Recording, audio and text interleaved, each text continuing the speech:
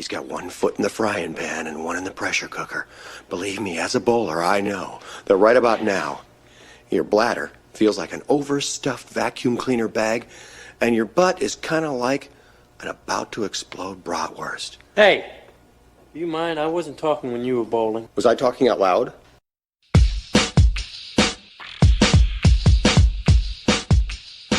Welcome to episode 3 of Munson's at the Movies. I'm your host, Kyle, and I'm going to give these other Munsons a wide berth and let them introduce themselves to you all. Case, what's going on, brother? Oh, just living large down here in Texas, battling winter some days and then summer there others. So doing my yard work has been interesting. All while waiting for the coronavirus to inevitably end everything. James, what about you, man? I'm actually going on a bachelor party tomorrow in Vail, Colorado. I am historically terrible at winter sports, so I'm trying to avoid a major injury prior to my wedding. So that is going to be my main focus the whole time I am there. Warren, how about you? I'm just putting my hands all over stuff and putting them in my mouth, just playing the odds.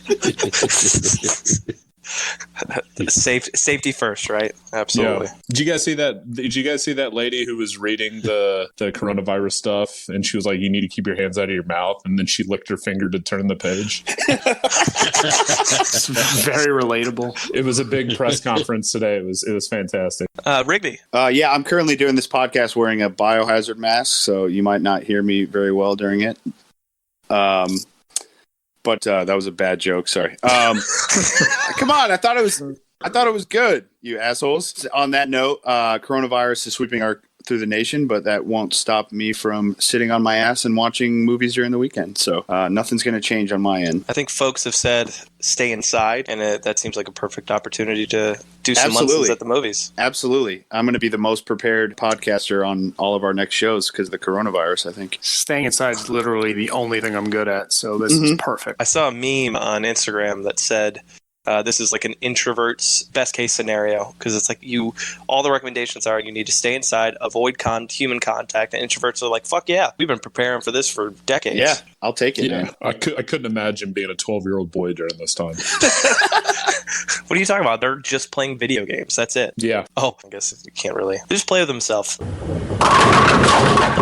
Speaking of coronavirus, we heard today that No Time to Die, the latest James Bond film, is getting pushed back 7 months from April 10th to November 25th because of concerns with health in the movie-going environment. Fellas, what are our thoughts on this? Pretty scary, but it's probably the right thing to do, but it's also good from a business standpoint because I looked at the last 5 Bond movies. They all came out in November and they all had pretty big opening weekends. So I think it makes sense from both a health political standpoint, but also from a business standpoint. It makes more sense for a Bond movie to come out during that time, I think. Yeah, I think they're taking a look at what Disney had to do with Mulan, especially that one being released initially over in China. It's a Chinese story. There's some initial reports that Mulan could potentially be like the largest flop of all time. See, what I took from this is I don't care about James Bond at all. I think these movies have completely jumped the shark. I don't even want them to make this movie. I think it is a waste of time, and so pushing it back 7 months,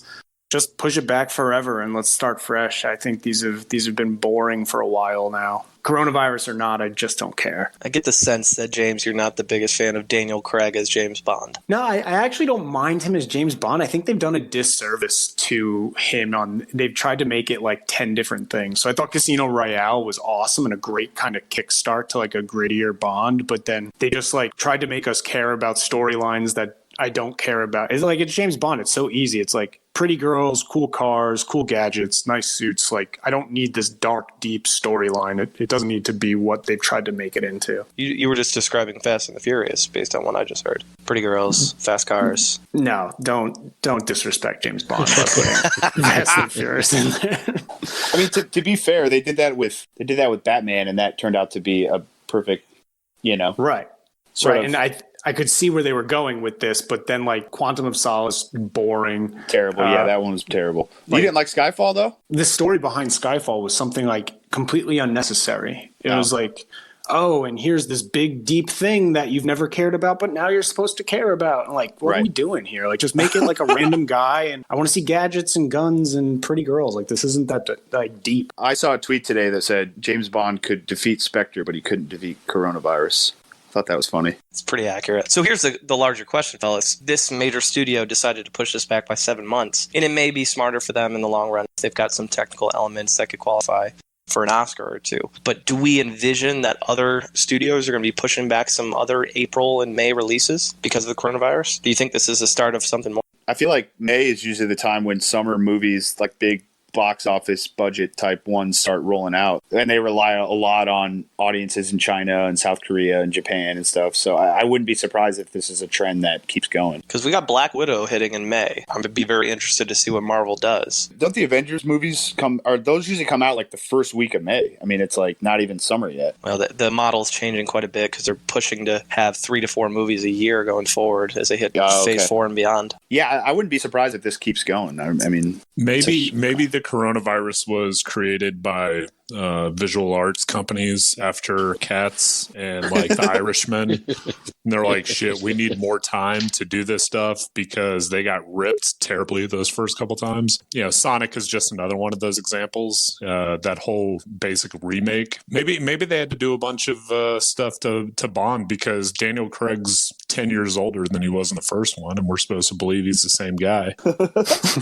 I wonder how much of it is motivated by protecting their world grosses. That the last James Bond, the domestic gross was $200 million, and worldwide was $881 million. They may just be trying to protect that. I think it's all about money. Yeah, they don't care about the health of people. They just want to make sure that their global release is actually maximizing their profit. Yep, I agree with both of you on that. I guess we've learned it's no time to die of coronavirus.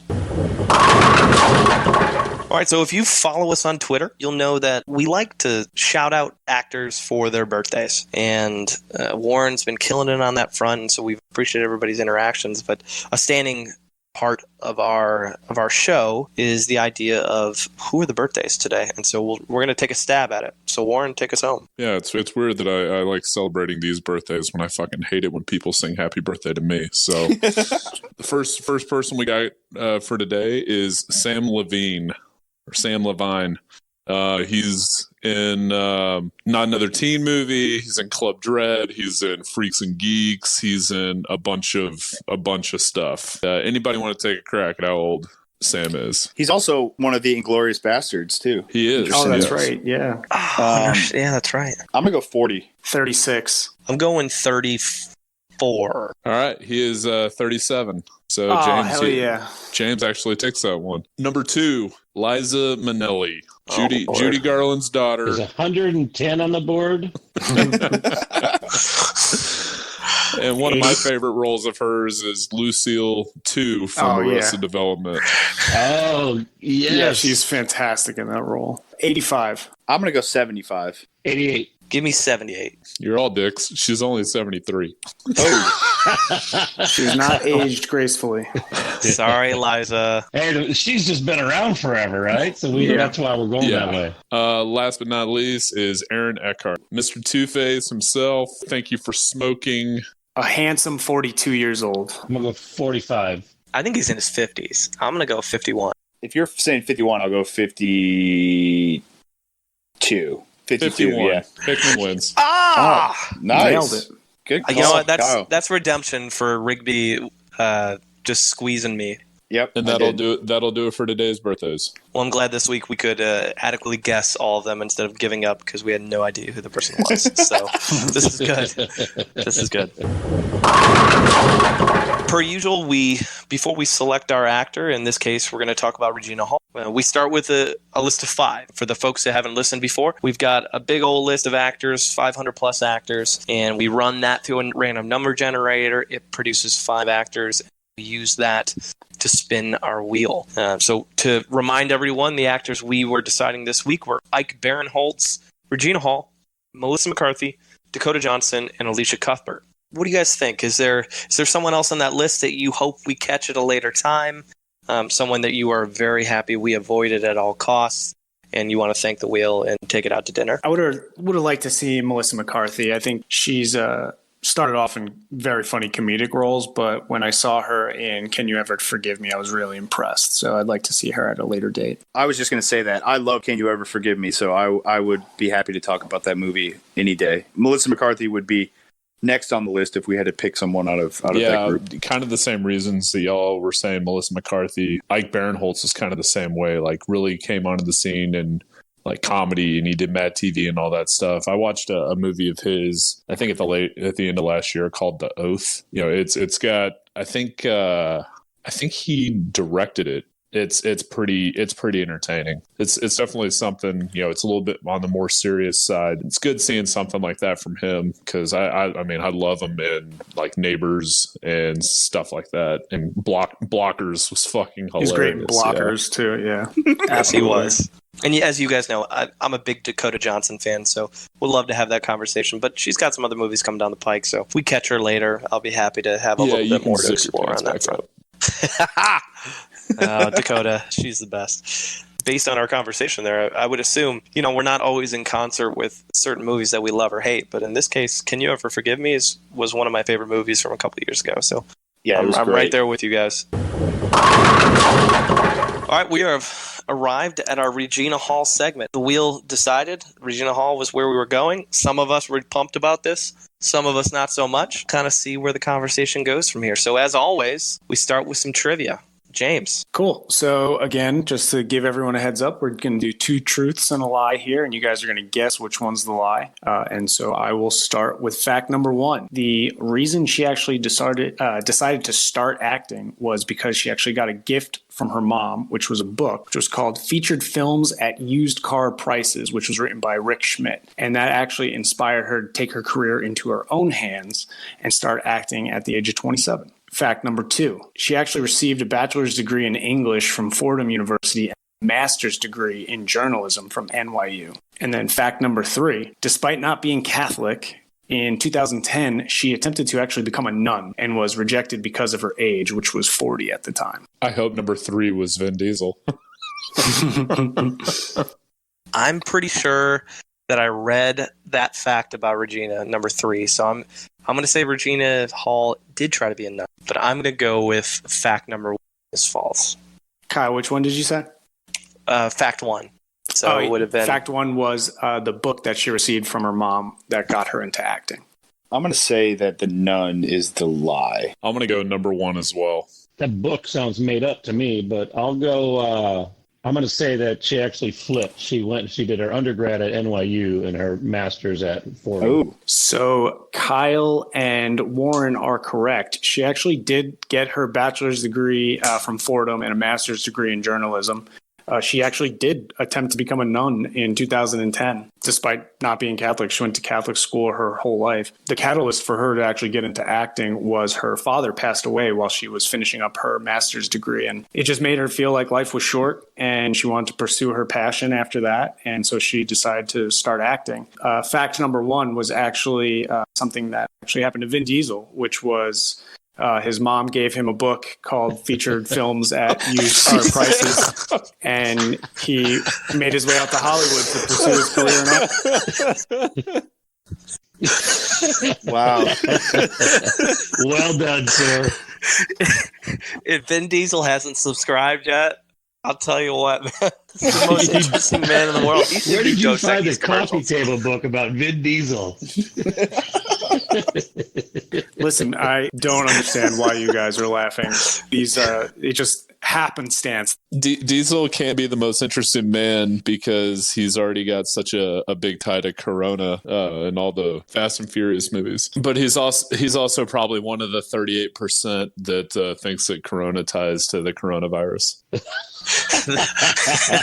The Fast and Furious crew are just pounding Corona. Craig is going to take us down the path of a snapshot in box office history. So, Craig, tell us a little bit about her impact in the box office throughout her career.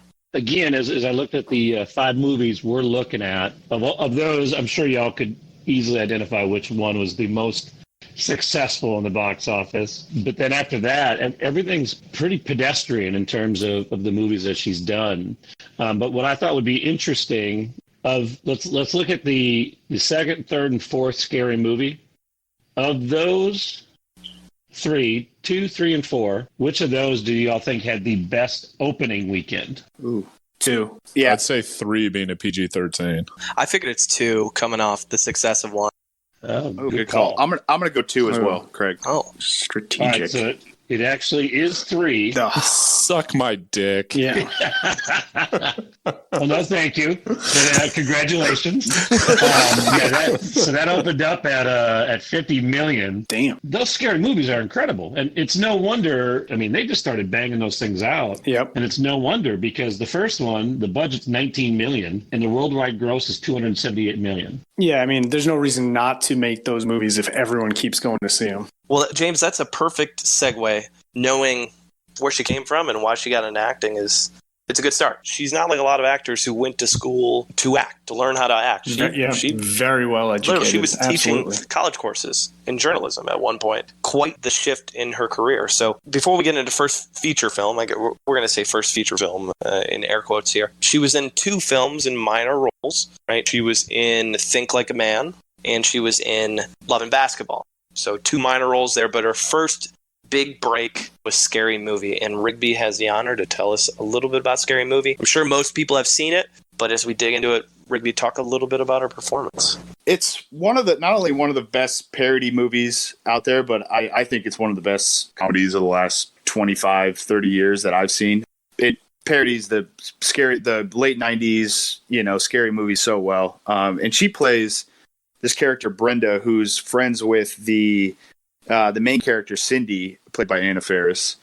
Anna Faris is basically, her character is based off Neve Campbell's character in Scream, and Jennifer Love Hewitt in I Know What You Did Last Summer, and all these other scary movies from the late 90s. Brenda's sort of like the wacky sidekick friend. And when you meet Brenda, you also meet Ray, who's played by Sean Wayans. He's, they're together, but there's a running joke throughout the movie that Ray's really gay, and she misses all these, telltale signs of him being gay. So it's another funny element to the movie. Regina Hall's character, Brenda, is she meets a unfortunate demise in a movie theater during the movie, but I don't really know how to describe her performance just because it is such like a ridiculous parody movie, but she's hilarious in it. I think every character in the movie is hilarious personally, but she has some sort of wacky moments. It's not really like a legit movie in a way, just because they are parodying other movies. She's a great character in it. Does she die in Scary Movie? Yeah, she gets killed in the movie theater because she doesn't shut up, and do you remember that's a scene where they're watching Shakespeare in Love in the movie theater, and your ass is grass. Right. She brings in like a home cooked chicken. That's the whole point of her character. Yelling in the theater and bringing in her own food in the movie theater, sort of bothering everybody.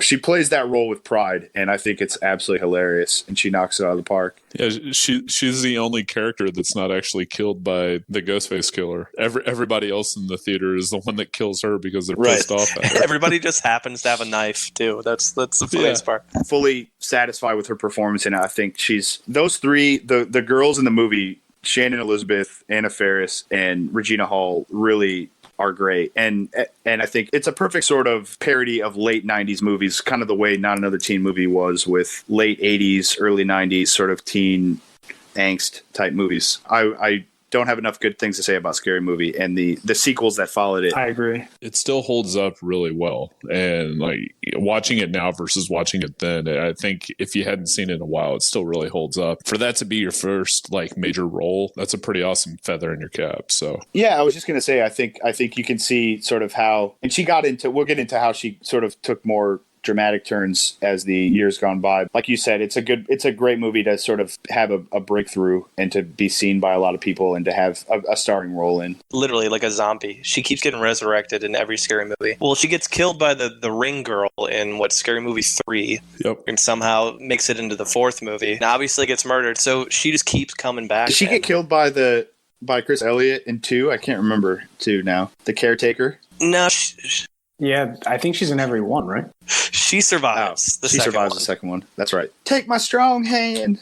That's funny. which is a great transition because I think my favorite character in Scary Movie 2 is David Cross's character, who is just so funny, man. Especially when they pull out the little glasses and they see what he's been doing to himself. But, and quick correction for the listeners. I mentioned earlier her first movie, I said Think Like a Man. I meant The Best Man. So she was in Think Like a Man, but that wasn't her first film. So that's her first feature film, Scary Movie. And she kind of set herself up into this like typecast role. I've watched some of her interviews and the research for this, and she talked about it was tough to kind of break out of that in a lot of ways, because once you play a character like this in a parody that is so obnoxious, good, but obnoxious, it's hard to get into some more dramatic roles. So that kind of set her up for her career. But as we continue down the timeline of Regina Hall, the way we do this podcast is we review their first feature film, and then we review, highest critic score, lowest critic score, largest critic gap, and largest audience gap. The challenge with this one is all of those occur 2017 or later. So there is a huge gap in her filmography between 2001 and 2016. So what we're going to do is just kind of go through some of those films and to give you all as the listeners a better picture of the types of roles she was taking on over the years. One of you guys go ahead and jump in with one of the first couple movies there on that list. We were just talking about Scary Movie, and they just started banging out scary movies because I think they saw how cheap they were to make and how much money they were making, and the fact that these kind of parody movie, Scary Movie was the parody movie that started everyone making parody movies. And so between 2002 and 2006, they actually made 3 more scary movies that she was starring in. And I did watch Scary Movie 2 to prepare for this, and it does not hold up very well. Yeah, comparatively to the first Scary Movie. The commercial, right? Yeah. That's what I figured, because I remember it was a lot of topical humor, and when you do that in a parody movie, like Scary Movie is talking about horror movies that came out, so you can always reference those. But I remember Scary Movie 2 was like referencing like commercials that came out. Like no one's going to know what that is after a year passes. Yeah, the beginning with Andy Richter and James Woods. Just like he blows up a toilet and then they just throw up all over each other. And I mean, it was funny. It just didn't make any sense. It's funny you mentioned commercials, because Scary Movie 1 has that scene where they do the Budweiser "What's up?" Yeah, and that's topical, but it's still hilarious because that commercial is like legendary. I think after that was what you come up with Malibu's Most Wanted, which I'm assuming ages horrifically. I watched it last night, and I will tell you, it is one of the most racist pieces of film I've ever seen. It has its hilarious moments. Jamie Kennedy is pretty funny in the role. It does not stand up well. But when you do watch it, you start to appreciate some of the other scary movies that she's in. You get an idea of the whole Kevin Hart character and Anthony Anderson in, I think, Scary Movie 3 or 4. I forget which one. Where he plays, Anderson reprises his own character. It's not a good movie. It's problematic, to say the least. Yeah, she was probably just trying to cash the checks at that point, because like how many parody movies can you be in before you're like, I don't want to do this anymore? I mean, that was probably what led her to be like, I should just become a nun. Actually, that timeline works out. I know. Yes, it does. Because her in Malibu's Most Wanted, she just basically plays eye candy who falls for Jamie Kennedy's character. There's not a lot to do in that role. We shift to Law Abiding Citizen in 2009, plays Jamie Foxx's wife in a dramatic role in a movie that I think most people like. And you start to see kind of her career pivot, because she was in Paid in Full in 2002 and plays in a dramatic type role, but she's in like 5 scenes. But Law Abiding Citizen is when she starts to shift a little bit. But then she goes back to Death at a Funeral in 2010. That's a remake, right? That's been done a couple times, right? Yeah, it was a remake, I believe, of a Swedish film from like 3 years earlier. British. British? It was British originally. British, okay. I do remember her in Vacation in 2015, and then in Barbershop 2. Her role in Vacation was super small, but she played just this like family friend that was hilarious. She was, her and Keegan-Michael Key were married, and they had 2 kids, and they were sitting at dinner, and she was talking with Christina Applegate and was just like, oh, we went on this trip and everything, and we're in Paris and all this stuff. Christina Applegate's like, yeah, I saw it. And she was like, well, why didn't you like my pictures on Facebook? She was like, oh, I mean, I just didn't get around to them. And she just keeps swiping through pictures, and she's like, oh, yeah, we did this. And she's like, oh, my God, I love it. And she goes, well, if you loved it, why didn't you like it? That's like a perfect small role for her, because just like her inflection and everything, just it's perfect. I agree. I wish her role was bigger in that movie, because I thought that scene was hilarious. I get why she couldn't have a bigger role in that movie, just because their family's on the road the whole time. In that same year, she was in People, Places, Things, which I haven't seen in a number years, but I remember the movie being good with Jermaine Clement. I don't remember much about her performance. I know it had some pretty good critical acclaim comparatively to some other ones that she put. But then she transitioned. She was in Barbershop in 2016, and then she was in Girls Trip in 2017, which Girls Trip was a pretty big film. It had Jada Pinkett Smith, Tiffany Haddish, and Queen Latifah. I feel like we're on different ends of the spectrum in terms of our appreciation for Girls Trip. I thought it had some pretty funny parts. I actually never saw a Girls Trip. I thought it was pretty good. I'm on the Warren side. I enjoyed it. The Bourbon Street with was it Pinkett Smith who's zip lining across it, and she's not wearing underwear and she ends up pissing all over people. That's hilarious. I didn't see that coming. I was not the biggest fan of that movie. I'll come out and say it. It did have its funny, gross out parts that were good, but I got tired of it after an hour or so. I think the reason it's popular is because it tells the story of these four friends from college who have since lost connection and gone in these different paths. And I think it's relatable for a lot of friends groups, especially come out of college, especially in the African American community.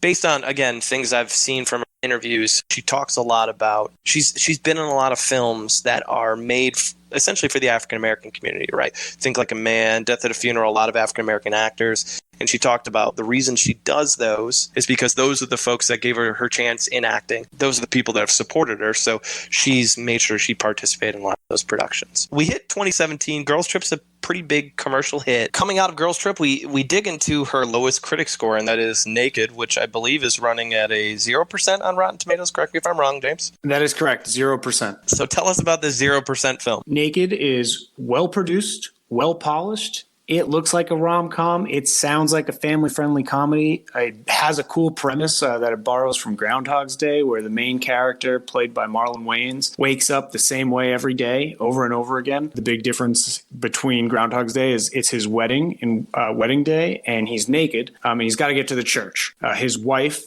played by Regina Hall. The reason why this gets a 0 is it's just simply not funny. Like, it's not like bad where it's like, oh my God, what a mess. It's so well put together and well produced. There's just no laughs. I tracked it. I was 40 minutes in before I had like a genuine laugh. There was like 2 smirks. It's just they made a movie without having to write the punchlines to jokes. It has a 0%. I don't think it deserves that. I would say at best 40%, at worst 30% is what I would rate it. A 3 out of 10, a 4 out of 10. It was like watching Air.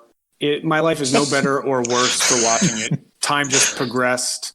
I was an hour older and nothing was different in my life. Regina Hall does the best she can with it, which unfortunately here is not a lot. She is the love interest. I think she has a great future ahead of her based on other roles I've seen of her being a leading lady in dramas. She's wasted here comedically because she's clearly done well for her own in comedies, and that just wasn't her fault in this. It's just poorly written movie. It just seems like everyone involved here was just trying to cash a paycheck from Netflix. Brian McKnight included. Yeah, Brian McKnight cameo that could have been funny and just wasn't. Like there's no laugh, but nothing to do with her effort on it. I think they just kind of wasted her. And actually, based on what you were saying, where she wanted to help out people who've helped her get here, that makes sense because the Wayans brothers made this movie. And so I'm assuming if they asked her to be involved and she wanted to help them out here, it's unfortunate. It's just not a very good movie. Can you imagine being Marlon Wayans and being naked for 75% of your video shoot, just the entire time on set, just straight up nude? Maybe that's why everyone was afraid to tell him it just wasn't funny.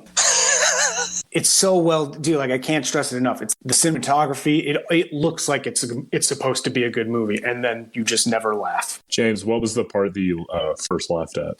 The first part that I laughed at is when he calls his best man, because he doesn't know what's best man's at the church waiting. He's like, oh my God, what's going on? And he goes, your mom is singing gospel. And she's like, 10 songs in, like, I hate it, man. You got to go, oh, damn it. Like, I knew this would happen. This is the word. And that was the first time I laughed. And I peer over and his mom is just killing a gospel song and everyone clearly hates it. I was like, first time I laughed was 40 minutes into the movie. But the one time I laughed was he's first running through the crowd and he runs into that, like, absolute frat bro and he's spilling his beer on himself and he's like, oh, that was a craft beer, bro.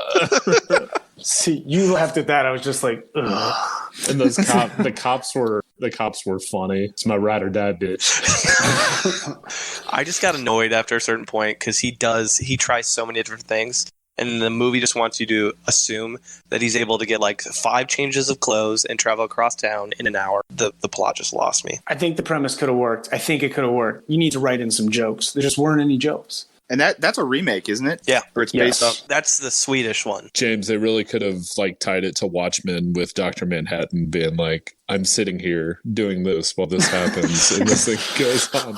And then it's just like over and over and over in all these different layers, because that's really how it starts to feel. Like it happens like 30 times in 5 minutes where it's just like ding, ding, ding, ding, ding, ding, ding, ding. When he gets in a fight with the ex-boyfriend, that scene was funny. I should laugh more than twice in a 2-hour movie. I didn't understand what they were going for. Well, that's Naked. A year later, The Hate You Give, which is the highest critic score, and Warren watched this. Going from all the other movies to this being the last one I watched, it was by far the heaviest. It had the most kind of social commentary, and the whole thing is there's a made-up neighborhood, based on a bunch of different areas in the U.S. But there's this family. Regina Hall is the mom of 3 kids. The dad's been in some gangs in the past, and he's trying to get out. The kids, instead of being in the typical high school, the mom, Regina Hall, drives them across town. They're in like a very affluent, predominantly white high school. And so the kids have to learn to live 2 lives. They can't be the same person in these areas. The main girl, she's incredible in this movie, and she has to keep switching back and forth. She ends up going to a party and leaving with one of her childhood friends, the girl played by Amanda Stenberg. She's playing Star Carter, and she does a fantastic job in this role because it's a lot of shit that they put on her in this. She's riding with a friend, and they get pulled over by a cop. The cop suspects the kid of having a gun when he has a hairbrush, something that's, it's happened. There's a lot of things that they refer to in this movie of other instances. And the whole thing is just kind of how that impacts her life. She doesn't want people to know that she was this witness. She doesn't want, white friends to know that she was the witness to this murder, because then that would just make her the stereotypical Black girl who has this, she lives in the hood. And, the family, Regina Hall is really, really good in this. She's like, during all the chaos, she is the calming presence and just this voice that's the foundation for this family.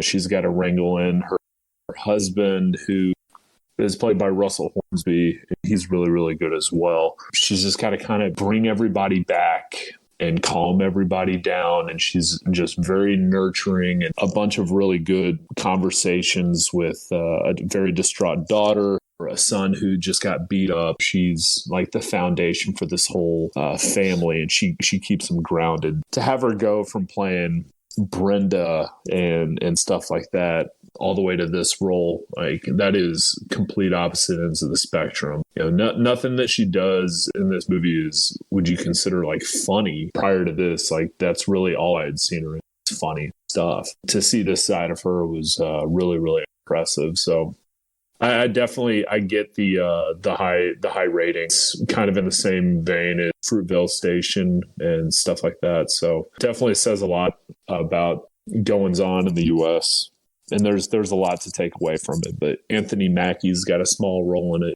He does really well. Common's got a role in it. So it receiving I think it's a 97 on Rotten Tomatoes. For me, it's probably not as high, it being up there for sure. I definitely get it. I think it shows her range. Like, you start to see the evolution of her career in a lot of ways, in terms of being in a, because the movie is about gun violence, right? And so for folks that are politically minded in some ways, they'll never watch it. And if they do, they'll hate it because it's telling a story that they may or may not agree is even a reality. But for those who understand and get that, I think The Hate You Give really, some of the final scenes, it just digs deep, man. Yeah, it definitely touches on both sides. I could definitely see somebody coming in with their mind made up saying, oh, this is only going to tell one side. Common's got a really good part where he's talking about, because he's a cop in this, and so he's talking about from the perspective of a police officer. That was really good to see. And then her boyfriend, Star's boyfriend in this movie, initially when he popped up on stage or on screen, I was just like, this guy is just like an absolute dork. Like, I don't see him being anything in this movie.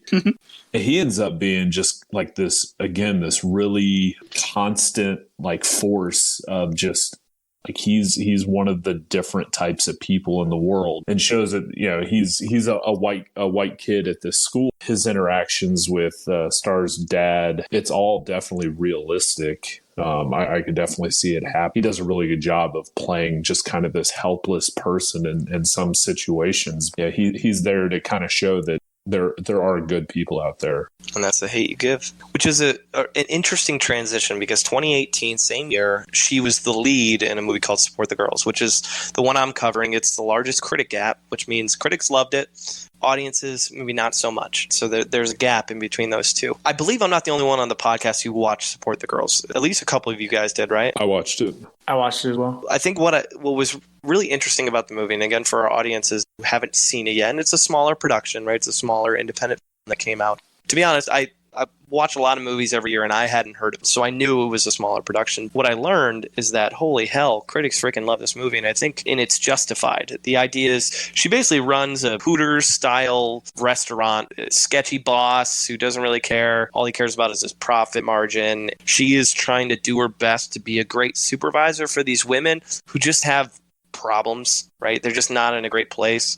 By the way, Haley Lou Richardson is phenomenal in it. She's great. She was great in Columbus. She was great in Edge of 17. She's quietly put together just a really awesome filmography up to this point. 5 Feet Apart, I saw it last year. I actually didn't mind. She's good in Split. Pretty awesome at 24. Yeah, I mean, that girl's got a future, but not here to necessarily talk about her. But that's right. She was in Split. I forgot. Okay. But she plays one of the waitresses there who's like super excited about the job and all about it. What I love about this film and her performance is she plays this person who's just kind of like stuck. She doesn't really want to work in this environment. You know, she really cares about the girls, but she knows the girls have a lot of problems. The basic gist of the film is she's managing, and one of the girls runs into some legal trouble with her boyfriend, who I believe is abusing her. And so she puts on essentially what is a kind of an illegal fundraiser with women that they just trained and aren't even employees yet to raise money for this girl, for her lawyer. And then the girl ends up just getting together with the boyfriend. And so it just burns her goodwill as she kind of sacrifices her job for one of her employees. And so it was just a really interesting look at someone who feels connected to their job, doesn't necessarily agree with the model of what she's doing, but believes in people. And you guys can correct me if you think I'm wrong, but I think she does a really, really good job, and that she got a Gotham Independent Film for Best Actress for this role. This is kind of the first time she got nominated for all things, at least in critics' circles. And she was the first African-American woman to win the New York FCC Best Actress Award as well for her role in this. I loved it, and I think the final scene is really cool. Again, spoilers, her and two of the women that she manages are all now fired and looking for a new job, potentially at another similar restaurant called Man Cave, are just screaming, carefree, and just like letting all of their stress and worries go. I thought it was a really cool movie. You could have called the movie Regina Hall and the Terrible, Horrible, No Good, Very Bad Day. It's all one day, right? Yeah, everything was just like a fucking mess, and she handled it. You know, it was stuff at work, it was stuff at home. It was so stressful. Yeah. Then you said that like. The last scene, that was, you know, when I saw them doing that, like the yelling part, that was straight out of Garden State. Mm-hmm. I don't know if you remember that, when they're on the yelling at the whole, just kind of releasing stress. So yeah, I didn't love it. It was a less maniacal Uncut Gems. I agree. It definitely had an Uncut Gems feel to it, where the whole time, like, I didn't fully grasp what the story was going to be, but I just knew that like they were dogpiling stress on top of Regina Hall's character. Like you walk in and your cook has someone try to break in and steal your money, and you just have the grace to be like, hey, you know, you can't work here anymore, right? It was also a little triggering because it kind of reminds me of work in general, where all things that could go wrong do eventually go wrong. It's like, well, how do you feel about this? Like, everyone has to come to me for my opinion here. I liked the movie, but I loved her in it. I thought it was, of all the movies we're talking about, I thought it gave us the biggest, like she does everything in this movie. Super dramatic, hilarious. Yeah, I agree. And then she's got a real, I loved her in this movie. I thought she was super empathetic. Mm-hmm. Yep. I was a big fan of her after this movie. What's funny too is the first scene when she gets out of the car, she says hey like she does in the scary movies, and so I was like, oh, there's Regina. Brenda. That's Regina, I know. But little fun fact I learned too, she worked at a Twin Peaks once upon a time as a waitress, so I think she she had good perspective going into this. So, Kyle, do you vote on the side of the critics here, or the side of the fan rating? I'm going to go critics. I'm not going to give it 100, but I think it's a solid around an 80. Somewhere that ball. It's a small movie with a lot of heart. I love when people tell stories like this. That it's just a one day in the life. I enjoyed most the boss trailing some asshole because he got cut off and then getting punched in the stomach because he's a douche. The road rage scene. Yep. Yeah. That was my favorite part of the movie, 100%. Guys like that deserve shitty endings just like that. That's Support the Girls. That's the largest critic gap. We're going to shift to our last focus, and that's the largest audience gap. So this is audiences loved it. Critics maybe not so much, was Shaft. So Case, tell the audience about Shaft. We've seen this movie a few other times. So in 2000, they rebooted the Shaft franchise with Samuel Jackson playing John Shaft. I didn't realize that they were supposed to have three of them. John Singleton, if I'm not mistaken, directed the one in 2000. They were very fired up because they had a lot of really good people in line to do a franchise, and they were going to try to do three of them. It did not do well. Dropped it for 19 years, to be exact. I mean, I grew up watching Shaft movies. I grew up watching TV shows about this type of a character. It's the same type of movie. The gist of this one is now we're being introduced to the third generation of Shafts. One of his good buddies gets killed. He works for the CIA as a computer analyst. They're going out and they're going to try to figure out who killed his buddy. It's a pretty straightforward movie. You know, the plot's pretty straightforward. My takeaways from this movie as a whole, I can watch Samuel Jackson in almost every role. He's entertaining. And then number two, the theme for Shaft is just badass. Every time that came on during this movie, I was like, hell yeah, what's going on, right? It's got to be one of the best themes of all time. So those are the two takeaways from this particular movie as a whole. The other interesting thing about this movie, in the 2000, the original Shaft, in the story, he's Samuel Jackson's uncle. And then in this movie, he is now somehow his dad. So that way they've got three generations. Yeah, he calls him uncle, like, jokingly. He, like, referenced it. I think they just totally retconned it in there just to say, like, well, fuck it. We'll make Might as well, right? We'll make him a dad.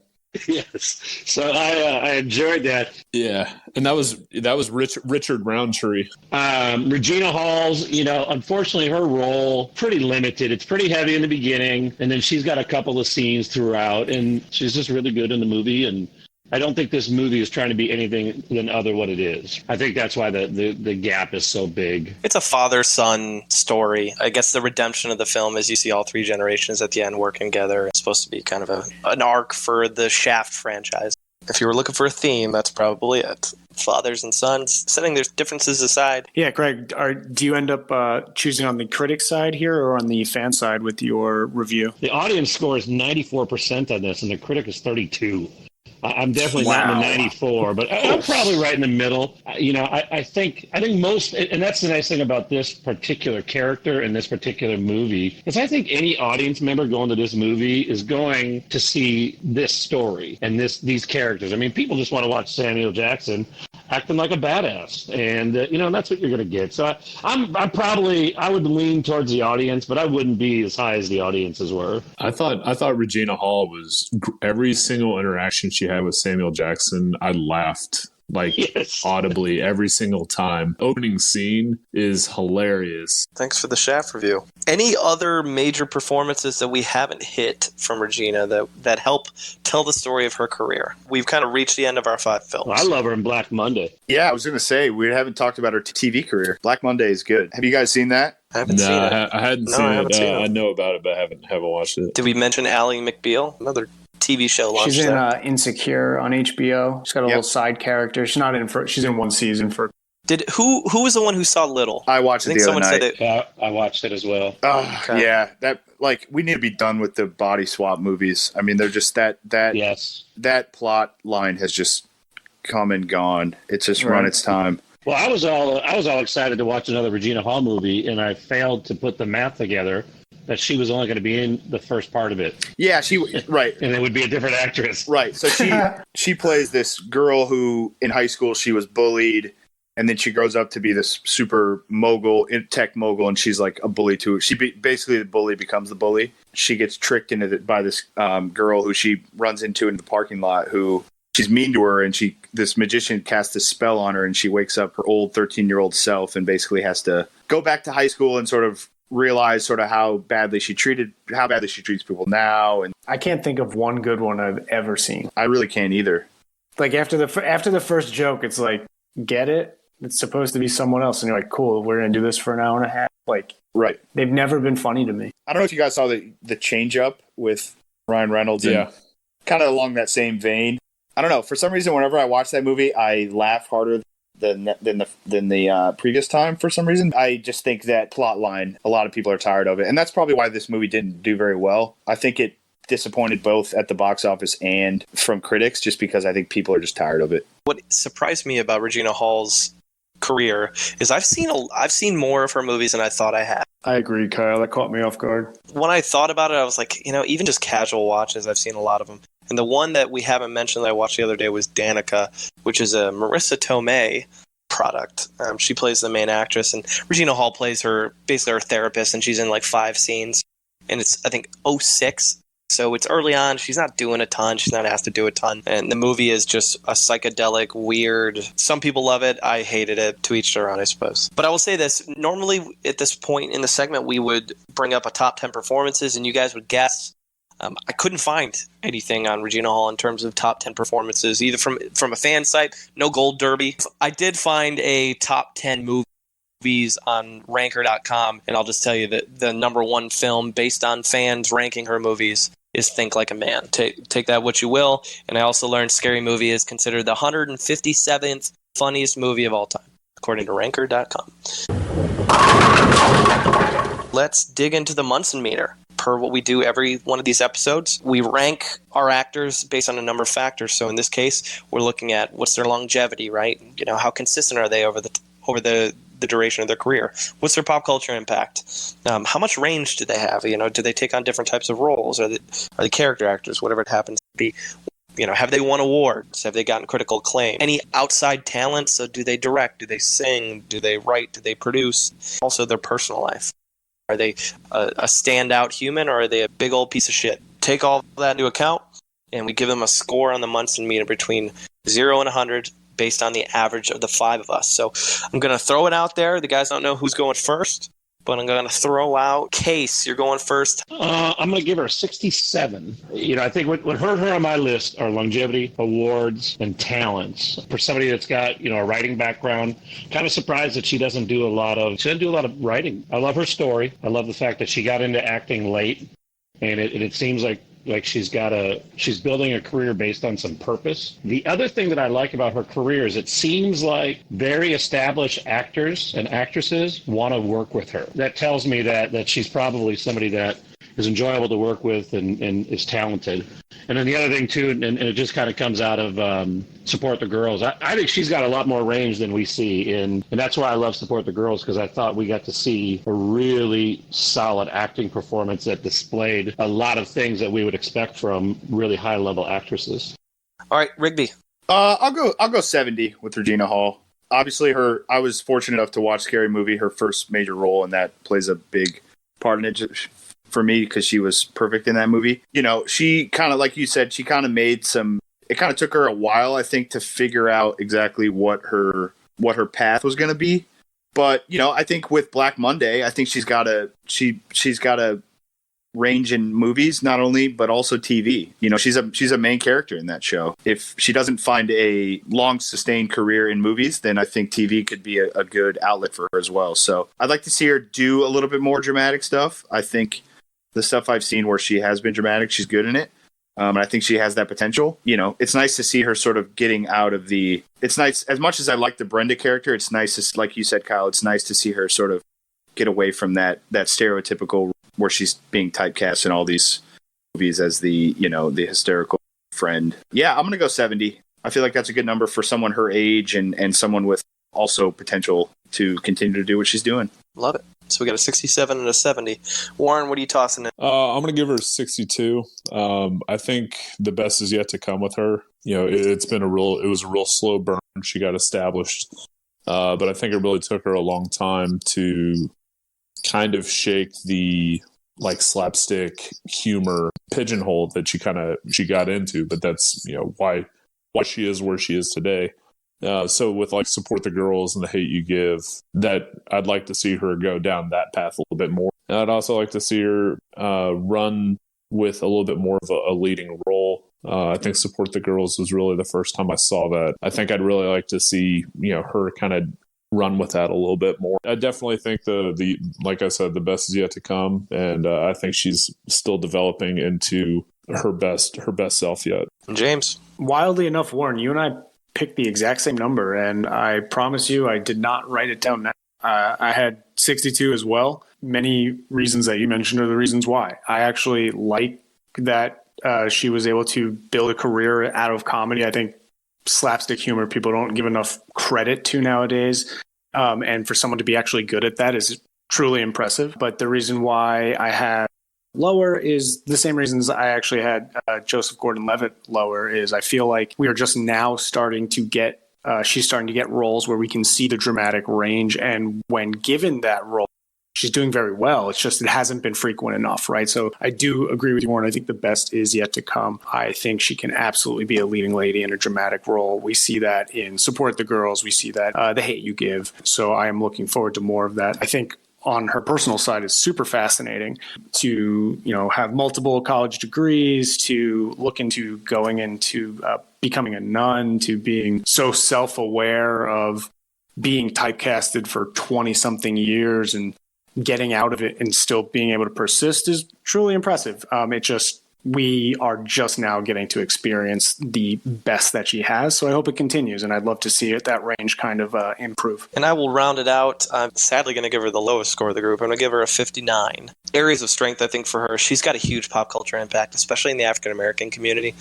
She's built quite the career in that sphere. And so it's hard not to recognize that. And I mentioned earlier, her range it's been cool to see the evolution of her career from Brenda all the way to Support the Girls, and to see her take on some different types of roles. And one other nugget from her personal life, she does a lot of volunteering with the elderly, and she got hooked up with that through Bob Saget. That would have been a good fun fact for you, James. I need you to stop researching, because I did see that, and I didn't include it on purpose.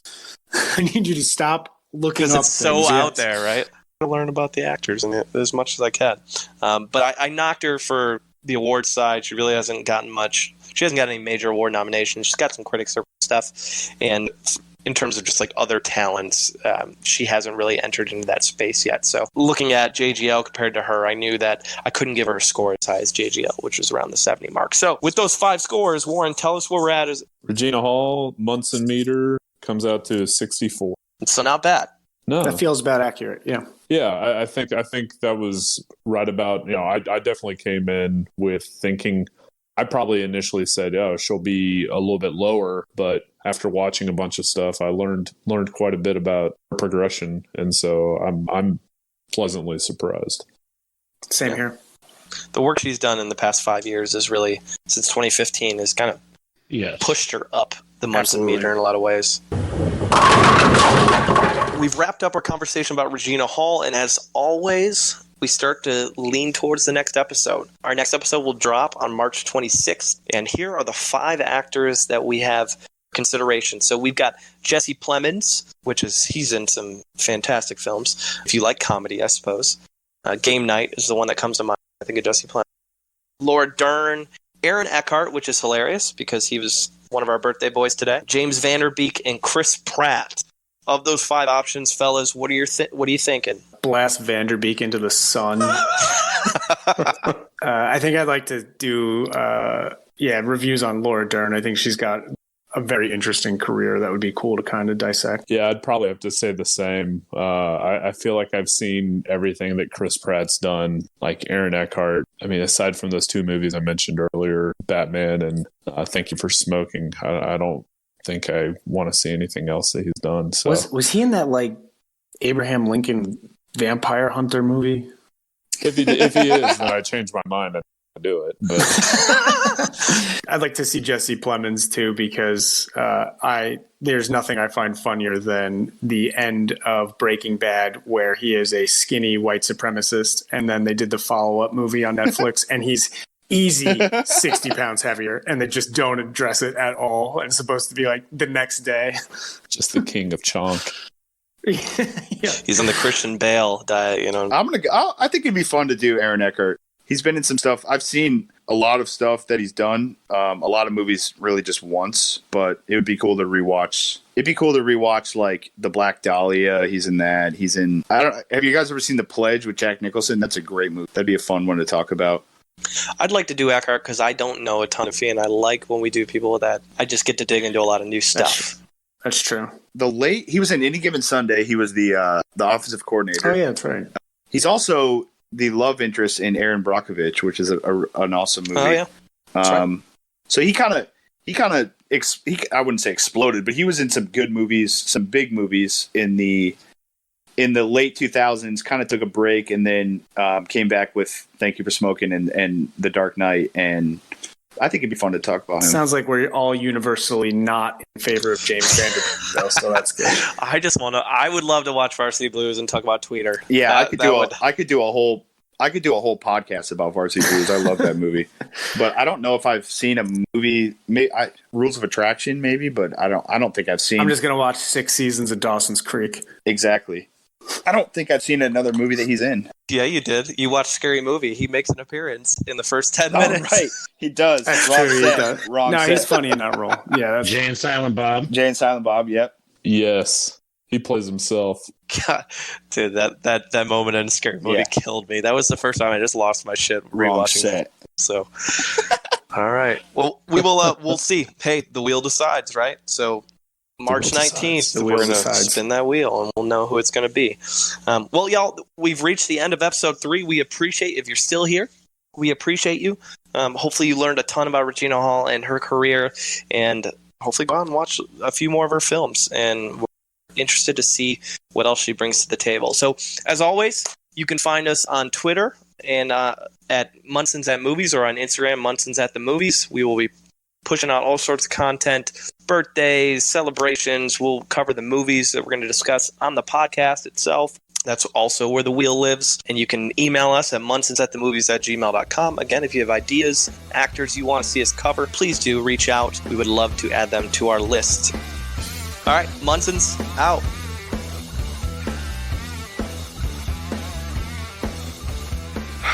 All right, let's go. Thank you for the education, gentlemen. We've just received a PhD in stupidity.